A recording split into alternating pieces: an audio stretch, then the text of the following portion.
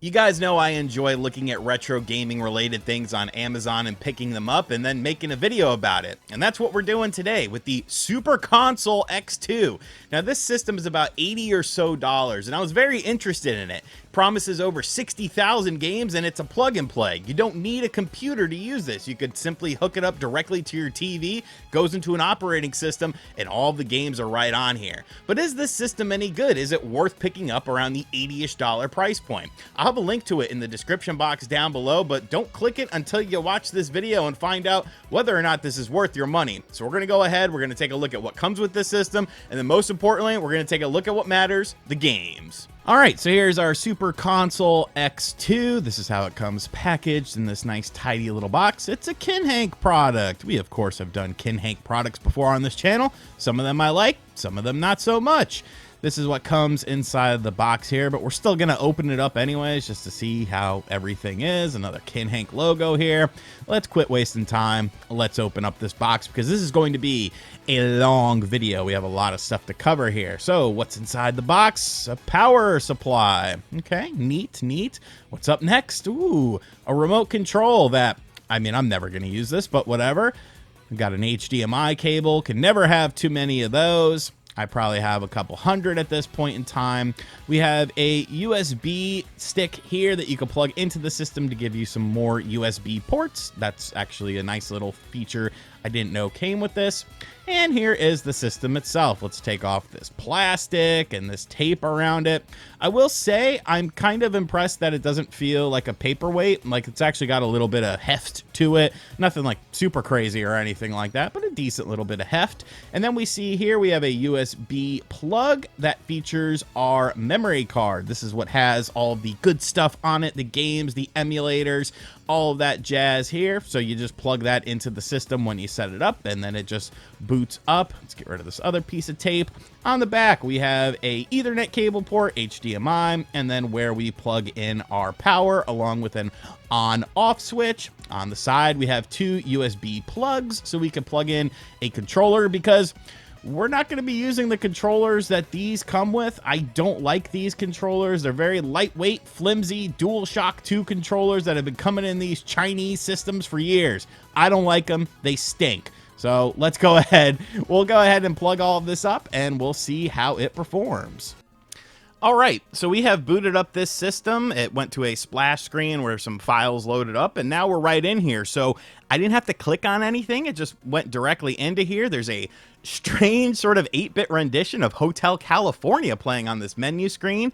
But as you can see here, we have 65,000 games on this bad boy. We're going to play every single one of them so your boy can get that sweet, sweet ad revenue. But now we're going to look through the systems. I'm hopeful that, you know, I can get N64, PS1, Dreamcast out of this. It is sub $100, so I'm not really expecting the world here. I am using a external controller. I plugged it in. Everything was synced up, well, at least for now. So that's good. You know, I like that you just plug it in and then boom, you're right at the splash screen here with all of the games. So we have the Amstrad, which of course, you know, I'm a big Amstrad fan. The GX 4000. We have Arcade Classics. We have MAME with Bart Simpson on there, so I'm assuming a little Simpsons arcade in there. Atari 2600, 5200, 7800. I like everything. Looks clean. You know, it looks good. Atari ST. I've actually never played like really any. I mean, I've played like Atari ST ports, but I've never actually played like one of those systems. Like, look at that big keyboard. That looks like it would be fun. Atomiswave, nice to see that on here. WonderSwan Color, Capcom CPS 1, 2, and 3, which are the various Capcom boards that have different games on them. We'll take a look at some of those. Cave. I'm not going to sit here and act like I know what Cave is because I don't. ColecoVision, Commodore 64, the little Maniac Mansion there. We have the Amiga, Final Burn Alpha, excuse me, which is another emulator for some arcade games. IGS, which is a publisher. IREM, which is also a publisher. Not quite sure why they get their own little stuff, but I mean, yeah, that's cool. Magnavox Odyssey 2, the Intellivision, the good old user instructions, once again with that beautiful Kinhank logo, because it's not a bear away. Vectrex, oh, that's kind of neat. MSX, MSX2, PC Engine. PC Engine CD, very, very nice. It only has 2 games on here. We're actually gonna stop and look and make sure Castlevania. How do you not have Castlevania on here? How in the name of God? Now, granted, it is a, it's an easy USB or just a SD card, so we could put it on there. Man, that's what's weird though. So now I have to look at some more libraries of stuff. We have the Super Graphics, we have the TurboGrafx 16, we have the Nintendo 64, 175 games, so not a full library. Hopefully just sports games are missing. DS, interesting to see DS on here. Nintendo Entertainment System with how many games is that? That means there's going to be some duplicates, folks. Nintendo Entertainment System hacks. That's weird to have in here. The Famicom Disk System, Game & Watch, Game Boy, Game Boy Advance, Game Boy Color, Super Famicom, Super Nintendo hacks, Virtual Boy. I love that. I love that there's Virtual Boy on here. Open Bore, which is a engine that like people use to make games. 3DO, Pokemon Mini, Psycho, which is a publisher. They make some shooting games and I guess other stuff too. Screenshots, Sega 32X, Sega CD, Dreamcast guy, Sega Game Gear, Sega Genesis, Genesis hacks, Master System, Mega Drive. Why is there 2 Mega Drives? Oh, that's a Mark II. Sorry. Mega Drive Mark II. Okay. Naomi. Oh, Sega Saturn. Very interesting. I wonder if anything's going to work on that. SG-1000, the Sharp 80 or X68000, the Sinclair, Neo Geo, Neo Geo. There's a lot of damn systems on this thing, boys and girls. Neo Geo Pocket, Pocket Color, PS1, PlayStation Portable Minis, Supervision, and Uzubox. Okay, so we've seen all the systems here. Pretty much what I would have expected around this price point to kind of see on here. But I'm actually interested in seeing, like, I want to look at the NES. So, like, do we have a bunch of duplicates? I mean, there's ROM hacks in here, which is kind of weird. Multiple like, why are there 3 Adventure Islands? Why are there 2 Adventure Island 2s? I'm going to be honest with you guys. I want to make a system like this. Like, I don't know the legality of it because all of these systems are kind of made in China, but like curated by me, tested by me, so that I can see and make sure that we don't have crap like this on here because it's annoying. Like it just bogs down, the amount of games that you have on here. Now, maybe there's, I don't know. Like, this is a good list for the PC Engine. Like it looks as it should, even though Castlevania isn't on there, which is just bizarre to me, but whatever. I mean, we can always add it if we want to, but like that's a clean list here. Not super interested. I guess like the arcade stuff, I am curious to see what's in there, and then we're gonna test some stuff out. So, a pretty common build. Now, I will say like this is nice how it has the video playing, information on there as well. Let's make sure it's got my wrestling games on here. Okay, good job. Ooh, we even got WrestleMania on here too.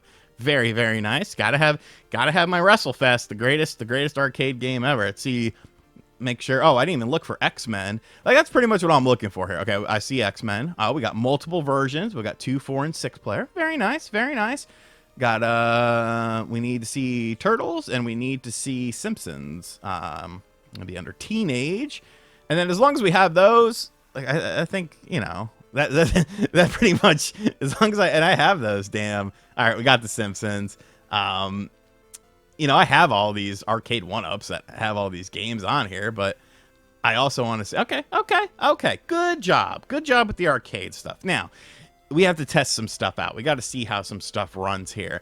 Obviously, I'm not going to start out with NES because I'm not going to bore you to death with that. I don't know why people show... Like, if this thing doesn't run NES, just throw it in the garbage. I wasted my $80-some-odd, whatever I spent on... I do want to look, though, just to see if maybe... No, there's no Dracula X. Okay. Do I want to start with N64? Let's start with the Sega 32X. I think that's a good system to start out with, because that can be a little bit tricky. we do have some prototype games on here, which is cool. If you read my complete guide to the Sega 32X, available on Amazon, I'll have a link to it in the description box down below. You would know that I talked about the X-Men prototype, the Virtua Hamster prototype, all that sort of fun stuff in the book. So, okay, let's check out Virtua Fighter, because this is a game that sometimes can be a little bit problematic. It is on the higher end of the spectrum when it comes to Sega 32X games. Obviously, the polygonal stuff on here. Oh, okay, nice little border. Crisp, very crisp image. I know some emulation stuff, there's like weird like artifacting that pops up. Let's check out is there a menu system on here? Well, we'll figure that out later. We'll look at the options that we have in just a moment. I just want to make sure that this is running good. Okay. No graphical glitches. It looks like it should. I'm just trying to figure out the buttons. All right, there's my punch. There's my kick. Where's my block? Now we're good. All right, Jackie. But yeah, this is running as it should. Looks good. I mean, for a 32. I mean, this is still impressive, bro. Like, oh man, I'm an idiot. This is still impressive for a 32-bit, fake kind of 32-bit system. But yes, it is running exactly how it should. I'm not noticing like any input lag. It's just me trying to remember where the buttons are is why I'm playing poorly. Plus I'm trying to talk. Just give me a round and I will actually be very satisfied with 32X, because if this game works, then I'm not expecting issues with any other game. So I'm sure this is a start select sort of thing. Yep, start and select at the same time on my controller is bringing me back to this main screen with a very loud song. So let's check out the options here. We're using Emulic on this. So we have game settings, all sorts of stuff, network settings too. I'm just interested in game settings. So what are we doing there? All right, game settings. So let's see. We have shaders. What about different emulators? That's what I want to see. Enable max performance. Okay. Smooth games, integer scaling. So we do have some options here. It depends on the emulator itself what you're going to get. I feel like at this price point though, you're not going to be too picky about like what you're doing as far as messing around with emulators and stuff. You probably just want to play the games as they're sort of intended. So, so far, actually pretty decent. I guess we could stick. What about 3DO? 3DO can be a little bit odd too sometimes. I'm not, I'm almost not like familiar enough with 3DO, but I do know this game. This was the reason I bought a 3DO back, like when I was in my retro collecting stage, because I wanted this game. They did not have it available on any other platform, and that might not be available on this platform either. Oh, no, I spoke too soon. We have the nice bezel on here. Let me be patient. It is 3DO. 3DO, obviously, reading off of a disc and stuff like that can be a little bit tricky. I wonder how the controls are going to be set up, though. Okay, Triangle did that. That's the one problem with these damn systems, bro. It's always, you never know what you're doing. Like this controller I have is pretty much modeled after like a DualShock controller. So I'm kind of confused as to what button is what. But you can always adjust that sort of stuff too in the menus. I mean, what am I going to complain about besides the fact that I can't figure out the damn buttons and T-Hawk is beasting me. But this looks good. This is sounding good. Throw a freaking Hadouken. Okay, that was a kick. So, like, where are the... Okay, I am embarrassing myself on this video, but it's not really about how I play this game. It's about how the game plays itself. And this is actually running perfectly. So, those mid-range systems... Like, I always do better in the second round. I just got to get warmed up, figure out some buttons. This is good. This is very promising, honestly. I didn't necessarily expect, it to go so good. It sounds like there's a little bit of clipping in the audio. I am playing it at a very low sound. All right, so this is RGT from the future here. When I was listening back to the Super Street Fighter 2 Turbo footage, It did not sound like it should. It seemed like it was playing fine, but the audio is definitely crackling. So I want to check out another game on here, and I know it kind of sounds a little bit jarring because the audio is probably a little bit different than it was before, but I would rather be right with this stuff than kind of lead you astray. So we're going to check out Road Rash really quick here to make sure that, you know, to see whether or not if I recommend this for 3DO stuff, because initially I thought it was okay, but it seems like it's not. so let's see how it does with 3DO. I can already hear crackling.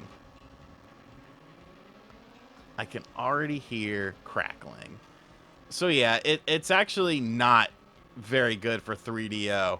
I did try to mess around with some settings. There was only one emulator for 3DO that I noticed.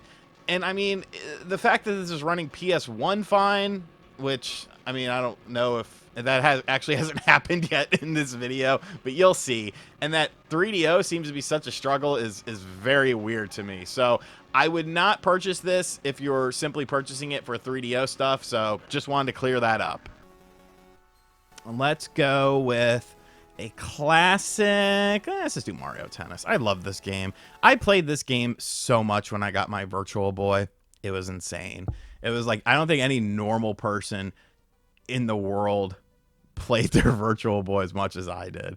Like, this is so cool. Look, he like hits the ball at you and it comes flying in. It's like, oh my God, it's going to hit me in the face. Oh no, it's not. Oh, 3D.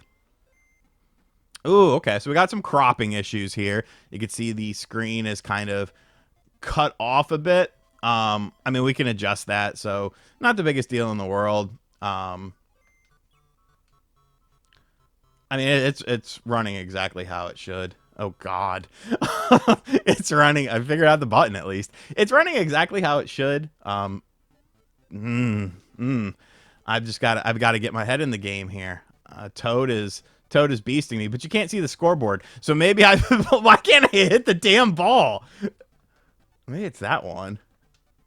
Oh my God, it's weird because there's no sort of depth as far as, you know, when you're playing on a Virtual Boy, you have that depth. Oh, how was that a fault? That was a perfect serve. There we go. Get out of here, you little scamp. All right. Get me out of here. I'm embarrassing myself even more.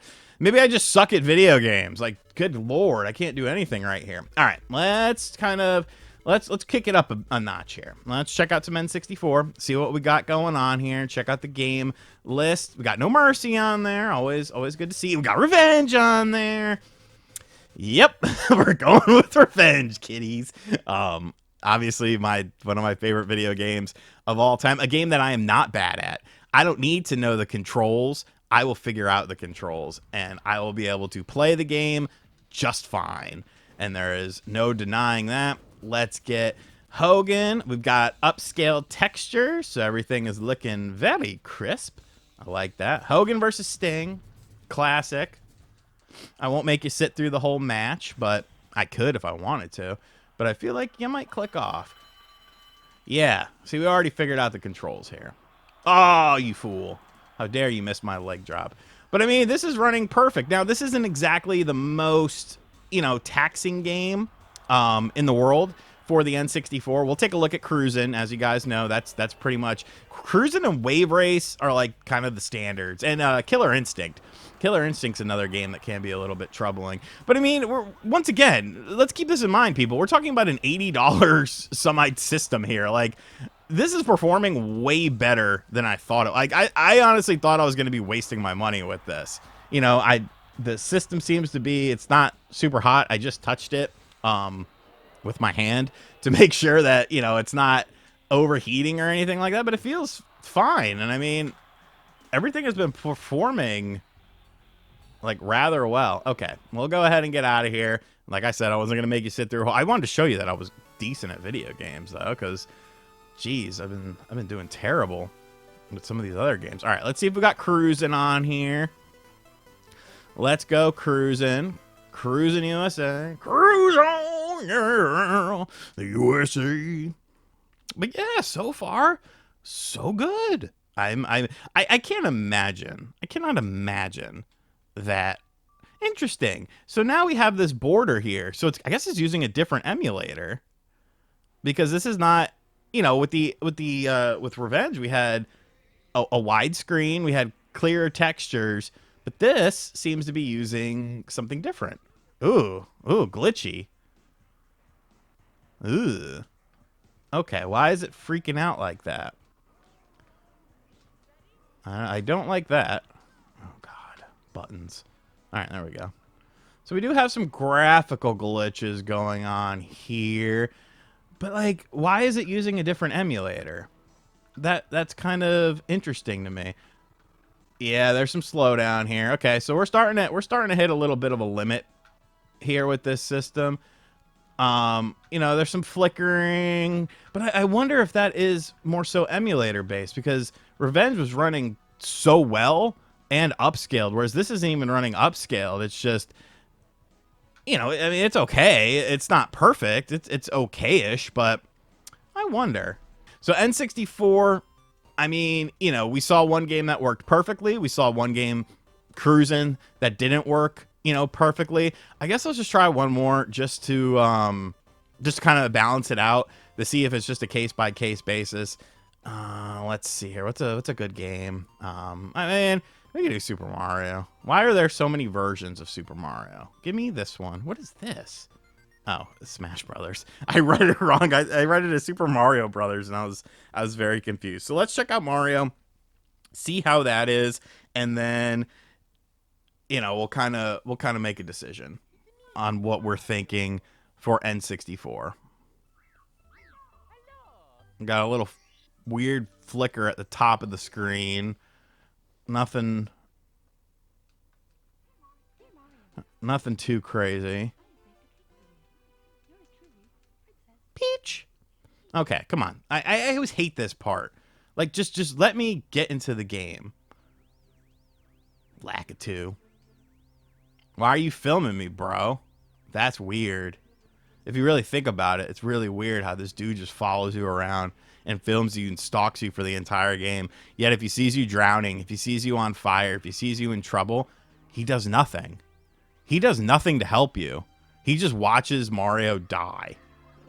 It's a little weird, bro. All right, come out of the pipe, Pudgy. All right. Yes. I mean, it's not upscaled, but we're using the default emulator that we used for the original cruising, and this is working fine. So let's just say your mileage will vary. Obviously, you could play around with different settings and get different things to happen, but like, this is fine. You know, it's not super crystally clear, but we could always fix some things with that, like I've showed you guys before. But okay, so I'm satisfied with that. All right, so we're trying Sega Saturn again because I had some weird issues with the controller. I just went ahead and rebooted the system and have come back into it. Now, I want to look at some options here with that, even though I hit A to give me the options and it did not do it.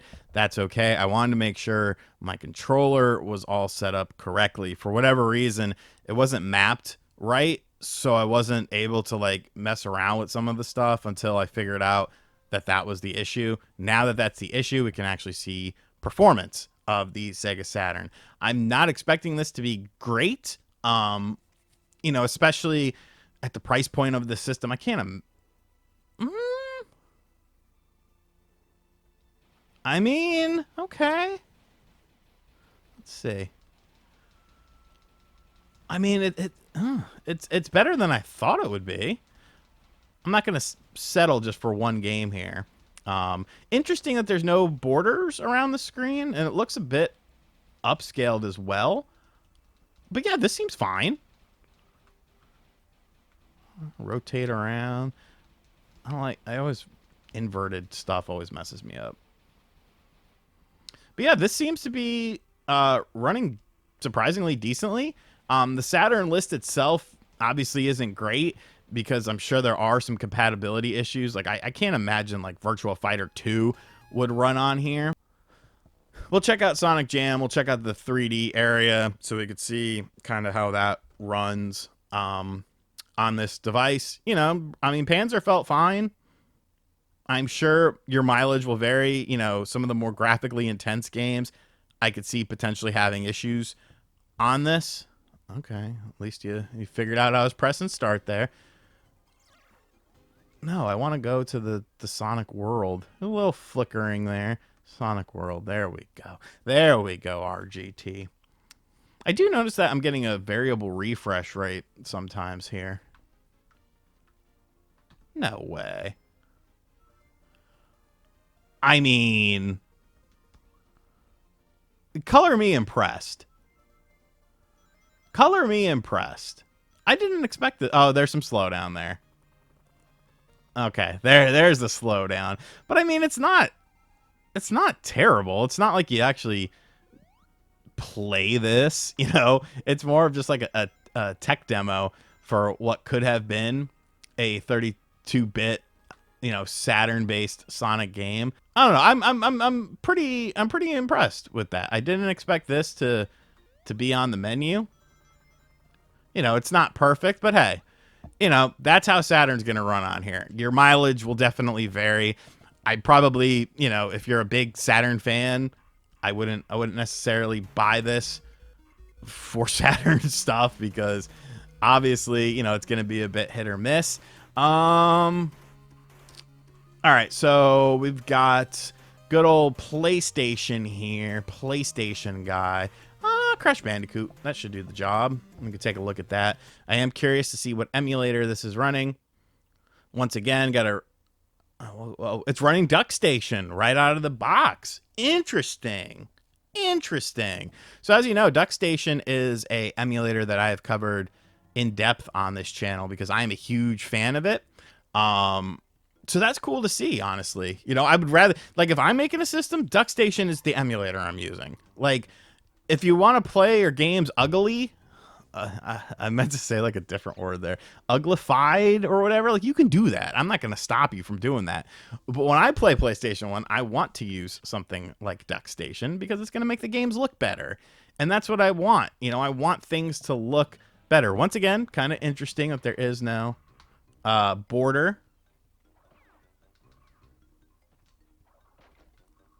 I mean... Seems decent to me.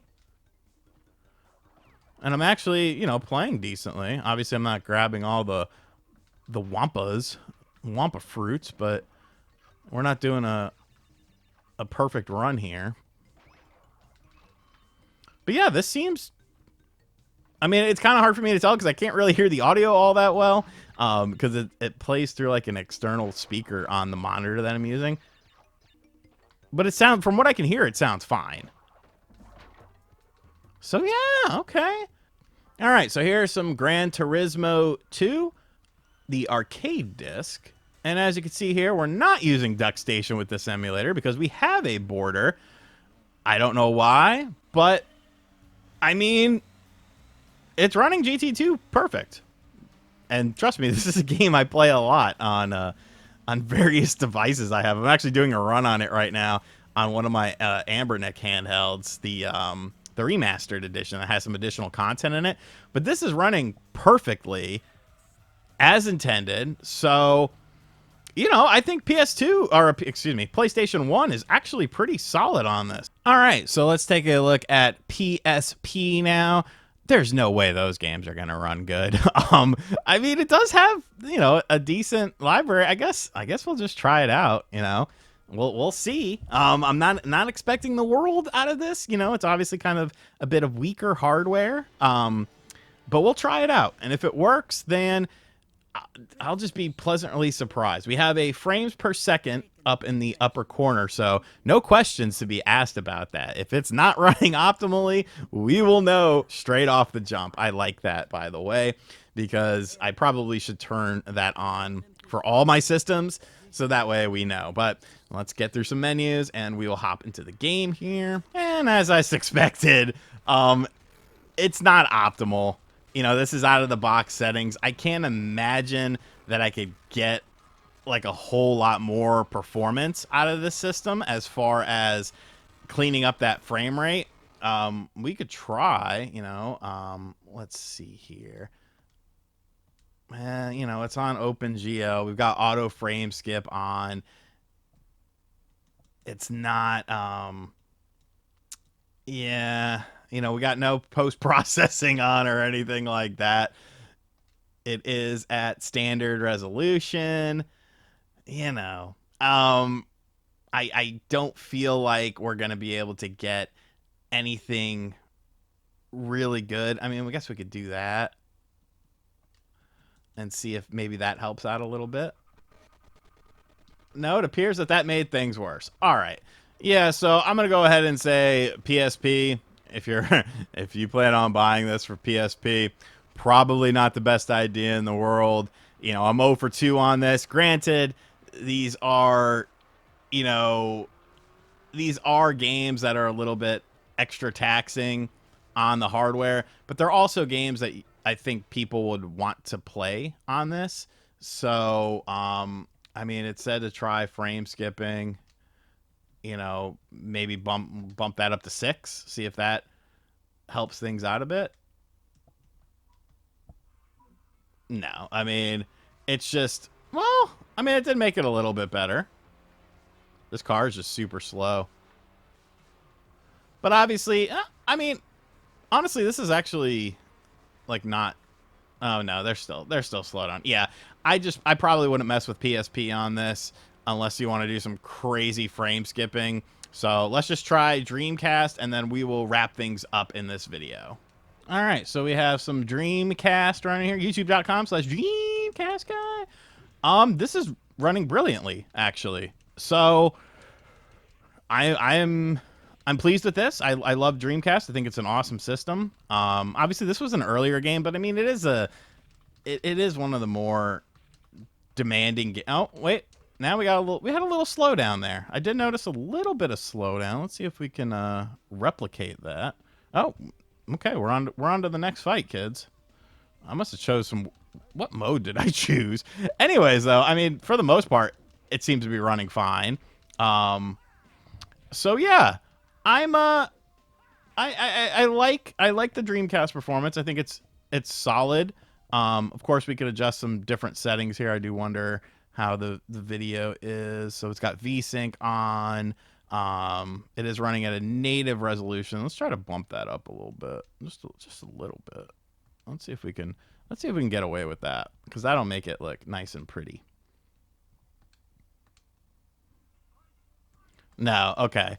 So when you start to upscale it, it does get a little bit wonky. But playing it at the native resolution, I mean, it doesn't look bad. Overall, like I said, I'm kind of comparing this to other things, that I have. I obviously have a lot of different emulation-related devices.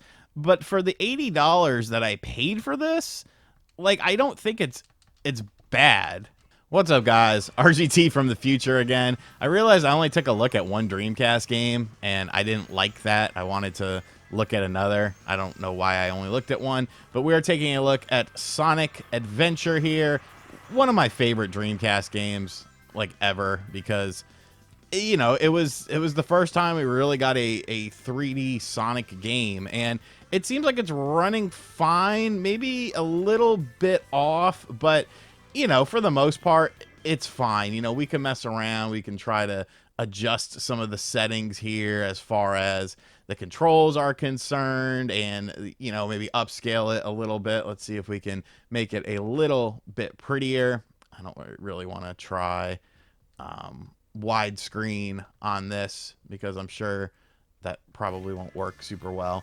But yeah, like, it's performing fine, decently. Obviously, we've had remastered versions of this game after this, so those are a little bit smoother than this, but Dreamcast seems to be running fine. So for the price point that we're at on this system, is it a perfect system? No. Like, the 3DO stuff is really wonky to me, that I just can't really get it to work right, and I don't understand why that is, but it is what it is. So don't buy this if you're a big 3DO fan. you know, everything else, though, seems to perform about how I expected it. It's not bad, and if you're, you know, on a budget and you're just looking for a cheap plug-and-play console, you know, at this price point, I don't think it's bad at all. And worst case, you know, if you have a stronger computer, and you don't mind using your computer, you can always take the games that are on this file system and, you know, put it into your PC. So, you know, because it's all done by that micro SD card anyway. So a decent little system, you know, for the price point. I think it's pretty good. Not perfect, could use some work. I wish one of these companies would just team up with me, give me a percentage of the funds, and, you know, let me come up with the ideal system. But not bad. I'll have a link to it in the description box down below. If you want to check it out on Amazon, it is an affiliate link. Let me know what you think of this system in the comment section down below, however. And as always, guys, thank you for checking out this video. I know it was a bit of a longer one, but I kind of wanted to get pretty in-depth with this. And as always, I'll catch you guys on the next video. Later.